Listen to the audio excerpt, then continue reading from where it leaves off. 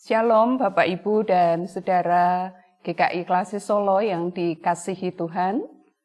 Kita bersama-sama bersyukur untuk penyertaan Tuhan di sepanjang kehidupan kita. Dan hari ini Tuhan kembali memberikan kepada kita kesempatan untuk kita bersama-sama mendengarkan sabda Tuhan yang akan menjadi kekuatan bagi kita, tetapi juga akan senantiasa meneguhkan panggilan kita sebagai kepunyaan-Nya. Sebelum kita membaca dan merenungkan sabda Tuhan, mari kita berdoa. Bapa, kami bersyukur untuk kesempatan yang Bapa anugerahkan kepada kami. Engkau memberikan kepada kami kesempatan untuk kami boleh menikmati segala yang telah Tuhan sediakan bagi kami.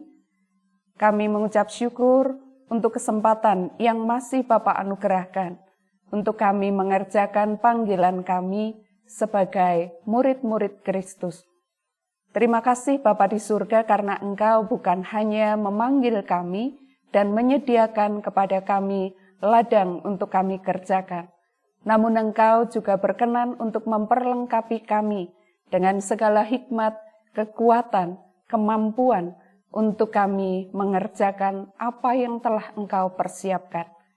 Ya Bapa, kami mau bersama-sama merenungkan sabda-Mu, kiranya Engkau menganugerahkan kepada kami hati yang terbuka, hati yang lembut, hati yang diterangi oleh Roh Kudus, sehingga segala yang Tuhan sampaikan kami terima dengan penuh kesukaan.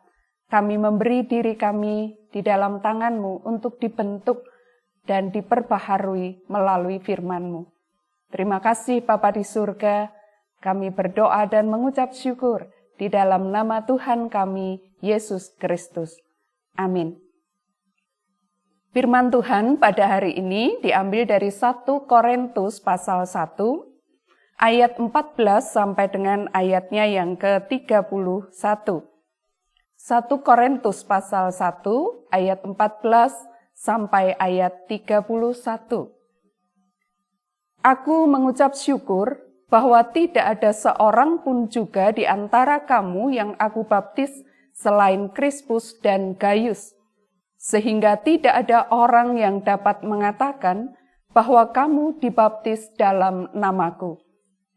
Juga keluarga Stefanus, aku yang membaptisnya. Kecuali mereka, aku tidak tahu. Entahkah ada lagi orang yang aku baptis? Sebab Kristus mengutus aku bukan untuk membaptis, tetapi untuk memberitakan Injil, dan itu pun bukan dengan hikmat perkataan, supaya salib Kristus jangan menjadi sia-sia. Sebab pemberitaan tentang salib memang adalah kebodohan bagi mereka yang akan binasa, tetapi bagi kita yang diselamatkan, pemberitaan itu adalah kekuatan Allah. Karena ada tertulis, aku akan membinasakan hikmat orang-orang berhikmat, dan kearifan orang-orang bijak akan kulenyapkan. Di manakah orang yang berhikmat? Di manakah ahli Taurat? Di manakah pembantah dari dunia ini? Bukankah Allah telah membuat hikmat dunia ini menjadi kebodohan? Oleh karena dunia dalam hikmat Allah tidak mengenal Allah oleh hikmatnya, maka Allah berkenan menyelamatkan mereka yang percaya oleh kebodohan pemberitaan Injil. Orang-orang Yahudi menghendaki tanda, dan orang-orang Yunani mencari hikmat. Tetapi kami memberitakan Kristus yang disalibkan untuk orang-orang Yahudi suatu batu sandungan dan untuk orang-orang bukan Yahudi suatu kebodohan, tetapi untuk mereka yang dipanggil, baik orang Yahudi maupun orang bukan Yahudi, Kristus adalah kekuatan Allah dan hikmat Allah. Sebab yang bodoh dari Allah lebih besar hikmatnya daripada manusia, dan yang lemah dari Allah lebih kuat daripada manusia. Ingat saja saudara-saudara, bagaimana keadaan kamu ketika kamu dipanggil, Menurut ukuran manusia, tidak banyak orang yang bijak, tetapi banyak orang yang berpengaruh, tidak banyak orang yang terpandang. Tetapi apa yang bodoh bagi dunia, dipilih Allah untuk memalukan orang-orang yang berhikmat, dan apa yang lemah bagi dunia, dipilih Allah untuk memalukan apa yang kuat. Dan apa yang tidak terpandang dan yang hina bagi dunia, dipilih Allah. Bahkan apa yang tidak berarti, dipilih Allah untuk meniadakan apa yang berarti. Supaya jangan ada seorang manusia pun yang memegahkan diri di hadapan Allah. Tetapi oleh Dia, kamu berada dalam Kristus Yesus, yang oleh Allah telah menjadi hikmat bagi kita. Ia membenarkan dan menguduskan dan menebus kita. Karena itu, seperti ada tertulis, barang siapa yang bermegah, hendaklah ia bermegah di dalam Tuhan. Demikian bacaan firman Tuhan pada hari ini, dan kita menjadi orang-orang yang berbahagia ketika kita bukan hanya mendengarkan, tetapi kita juga mempergumulkan dan melakukan dalam hidup kita sehari lepas ke sehari. Bapak, Ibu, dan saudara-saudara yang dikasihi Tuhan, banyak orang ketika dia mendapatkan satu panggilan untuk melakukan suatu karya atau untuk melakukan suatu tugas, di awal-awal dia memulai pekerjaannya atau melakukan panggilannya, atau melaksanakan tugasnya, biasanya orang masih fokus pada apa yang menjadi tanggung jawabnya, apa yang harus dikerjakannya. Tetapi di dalam perjalanan selanjutnya, ketika telah beberapa waktu, biasanya orang sudah mulai tidak fokus lagi pada tugas dan tanggung jawab utama yang diberikan kepadanya. Berbagai macam hal mungkin saja mempengaruhi dia, sehingga dia mulai tidak fokus dengan panggilan, tidak fokus dengan tugas utama, tidak fokus dengan pekerjaan utama yang seharusnya menjadi pekerjaannya. Tidak sedikit orang yang justru melupakan atau mengesampingkan pekerjaan utamanya dan sibuk untuk mengerjakan pekerjaan-pekerjaan yang lain, yang sebetulnya itu bukan menjadi bagiannya. Itu bukan menjadi pekerjaan utamanya. Tetapi dia kemudian menyibukkan diri dengan berbagai macam hal sehingga apa yang seharusnya dikerjakannya itu terbengkalai. Bapak, Ibu, dan saudara-saudara yang dikasihi Tuhan, sabda Tuhan yang kita baca pada saat ini, surat Rasul Paulus kepada jemaat di Korintus, yang kalau kita membaca ayat-ayat di atas dari ayat yang kita baca bersama tadi, kita menemukan di sana nasihat Rasul Paulus untuk jemaat yang ada di Korintus, supaya mereka seia sekata, sehati sepikir, sebagai tubuh Kristus, di dalam mereka melaksanakan panggilan, di dalam mereka mengerjakan tanggung jawab sebagai orang-orang yang percaya kepada Kristus. Mengapa Rasul Paulus memberikan nasihat ini? Di dalam ayat itu juga dikatakan bahwa di sana terjadi perpecahan. Sebagian orang mengatakan dari golongan A, sebagian lagi merasa bahwa dia bukan golongan A, tetapi dia adalah golongan B, golongan C, dan seterusnya. Tubuh Kristus yang seharusnya satu, yang seia sekata, yang sehati sepikir, bersama-sama untuk melaksanakan tugas yang Kristus amanatkan kepada mereka, tetapi ternyata justru di situ terjadi perpecahan. Bapak, Ibu, dan saudara yang dikasihi Tuhan, sehingga mulai dari ayat yang kita baca bersama tadi, Rasul Paulus mengatakan bahwa aku bersyukur karena hanya ada beberapa orang saja yang dibaptis oleh Paulus. Sehingga Paulus mengatakan bersyukur sehingga Tidak ada yang mengatakan bahwa mereka dibaptis dalam nama Paulus. Di bagian ini Rasul Paulus juga mengingatkan kepada jemaat yang ada di Korintus bahwa panggilan utama yang diberikan kepada Rasul Paulus oleh Tuhan. Kalau kita membaca pada ayat 17 tadi dikatakan, sebab Kristus mengutus aku bukan untuk membaptis, tetapi untuk memberitakan Injil. Dan itu pun bukan dengan hikmat perkataan, supaya salib Kristus jangan menjadi sia-sia.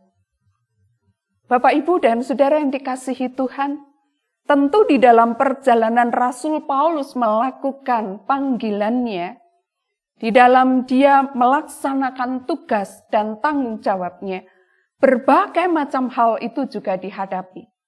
Tantangan, kesulitan, tetapi dia juga berjumpa dengan banyak orang yang bisa saja atau yang sangat mungkin bisa mempengaruhi Rasul Paulus untuk tidak lagi fokus kepada panggilannya, untuk tidak lagi fokus kepada tugas utamanya. Tetapi kalau kita baca di dalam ayat 17 ini, Rasul Paulus di dalam berbagai macam tantangan yang dihadapi, perjumpaannya dengan berbagai macam orang, tetapi dia tidak melupakan panggilan. Dia fokus kepada tugas utama. Dia tidak menyibukkan dirinya dengan banyak hal yang bukan menjadi tanggung jawabnya.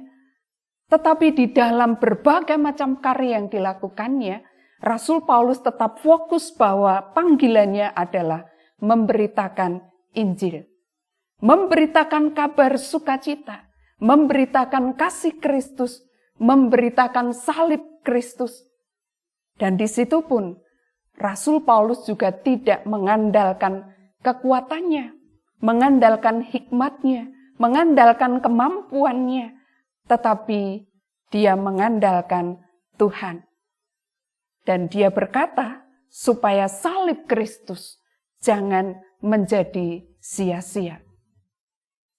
Bapak, Ibu, dan Saudara yang dikasihi Tuhan, panggilan utama untuk memberitakan Injil, untuk memberitakan salib Kristus, yang Rasul Paulus sadari bahwa ketika dia memberitakan Injil, memberitakan salib Kristus, tidak semua orang akan menerima dengan sukacita. Tidak semua orang akan merespon dengan respon yang sama, yang baik. Tidak semua orang akan menyambut dengan kesukaan. Bahkan Rasul Paulus mengatakan, untuk orang-orang tertentu, pemberitaan salib itu menjadi kebodohan bagi yang akan binasa. Tetapi bagi yang akan diselamatkan, pemberitaan Injil itu, pemberitaan salib Kristus itu adalah kekuatan Allah. Dia sadar betul bahwa tanggung jawabnya, tugas utamanya untuk memberitakan Injil itu tidak selalu akan mendapatkan respon yang baik. Penuh dengan resiko, penuh dengan tantangan. Namun demikian, dia tidak lalu kemudian membiarkan tanggung jawabnya itu tidak dilakukan. Memilih untuk bergeser, melakukan hal-hal yang lain, mengerjakan hal-hal yang lain. Apapun nanti, tetapi dia sadar panggilannya, tugas pengutusannya adalah untuk memberitakan Injil Kristus, memberitakan salib Kristus. Karena hanya di dalam Kristus, salib yang menjadi bukti kasih Kristus, di sanalah maka manusia itu mendapatkan pengampunan dan penebusan dosa. Itu sebabnya Rasul Paulus mesti fokus kepada tugas dan tanggung jawabnya. Sehingga meski ada banyak hal yang dia hadapi, tetapi tugas utama itu tidak terbengkalai. Tugas utama itu tidak dikesampingkan. Tugas utama itu tidak lalu kemudian dilakukan atau dikerjakan. jika ada kesempatan, jika situasinya memungkinkan. Tetapi inilah yang harus dikerjakan. Bapak, Ibu, dan saudara-saudara yang dikasihi Tuhan, kalau pada waktu itu Rasul Paulus mengingatkan kepada jemaat di Korintus, apa yang dikatakannya sekaligus juga untuk mengingatkan, untuk menasihatkan, supaya jemaat yang ada di Korintus sebagai tubuh Kristus, dengan berbagai macam kemampuan yang mereka punya, dengan berbagai macam talenta yang mereka miliki, dengan berbagai macam karunia yang ada dalam diri mereka. Tetapi mereka sadar bahwa mereka dipanggil dan diutus untuk memberitakan Injil Kristus, memberitakan kabar sukacita, memberitakan salib Kristus, karena di sanalah ada pengampunan dan penebusan dosa. Bapak, Ibu, dan saudara yang dikasihi Tuhan, hari ini Rasul Paulus juga berbicara kepada kita. Tuhan mengingatkan kepada kita melalui nasihat Rasul Paulus ini. Panggilan yang Tuhan berikan kepada kita, tugas pengutusan yang Tuhan percayakan kepada kita adalah untuk memberitakan Injil, memberitakan kabar sukacita, memberitakan kasih, memberitakan pengampunan, memberitakan penebusan. Apakah sebagai gereja Tuhan, kita semua masih tetap setia kepada panggilan ini? Masih tetap fokus kepada tanggung jawab ini? Masih tetap senantiasa ada di dalam melaksanakan tugas pengutusan yang Tuhan berikan kepada kita? Apakah amanat agung ini masih terus kita kerjakan? Injil diberitakan bukan hanya melalui perkataan, tetapi juga melalui berbagai macam karya, berbagai macam pelayanan.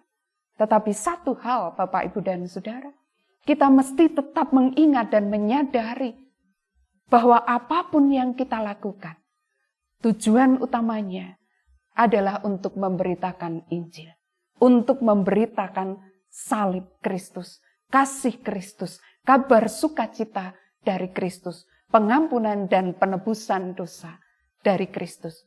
Bukan untuk memberitakan kebesaran nama kita masing-masing. Bukan untuk mengagungkan nama kita masing-masing. Atau kelompok kita masing-masing.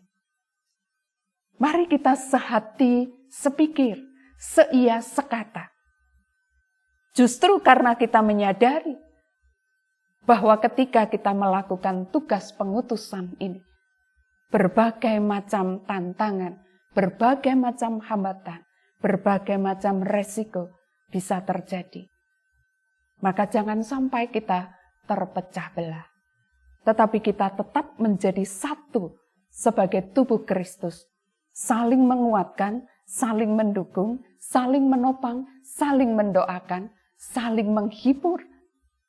Sehingga dalam perjalanan ketika kita melakukan pengutusan ini, Tuhan dipermuliakan, salib diberitakan, dan banyak orang menerima kabar sukacita dan mengalami anugerah dari Tuhan.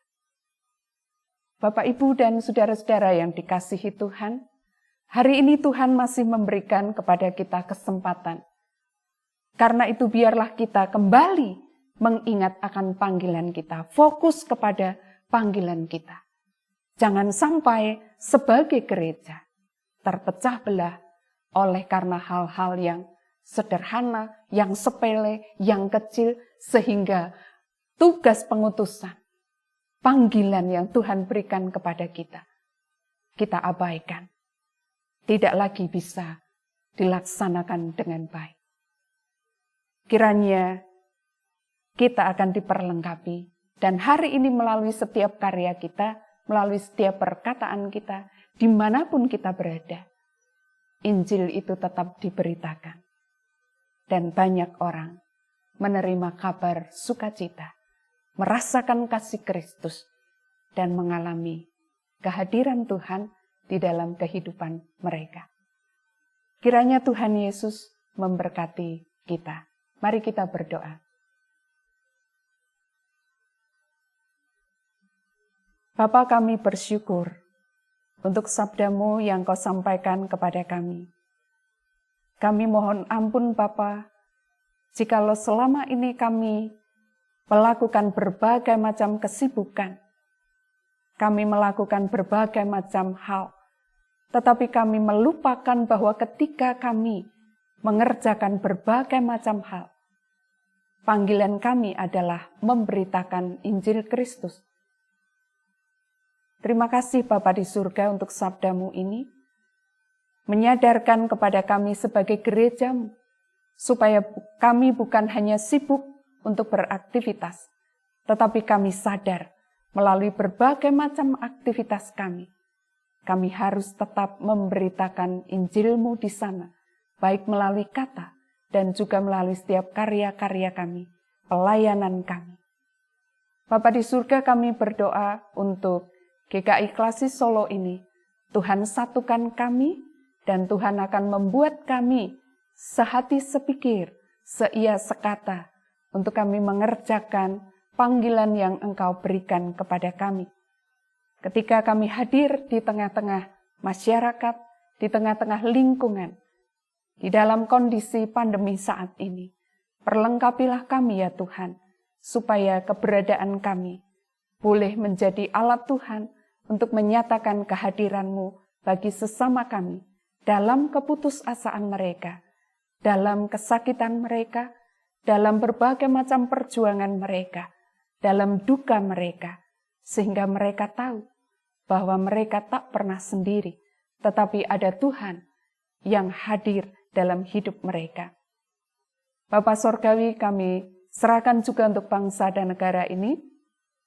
Engkau berkati para pemimpin kami di setiap upaya mereka untuk mengatasi pandemi dan untuk membuat bangsa ini benar-benar mengalami kesejahteraan. Kami bersyukur ya Allah untuk setiap karya mereka, Tuhan beserta dengan mereka dan membuat berhasil apapun yang mereka kerjakan. Kami serahkan hidup kami dengan segala aktivitas kami dalam tangan-Mu, Tuhan beserta dengan kami, dan biarlah hidup kami hari ini mempermuliakan nama-Mu. Di dalam satu nama Tuhan kami Yesus Kristus, kami berdoa dan mengucap syukur. Amin.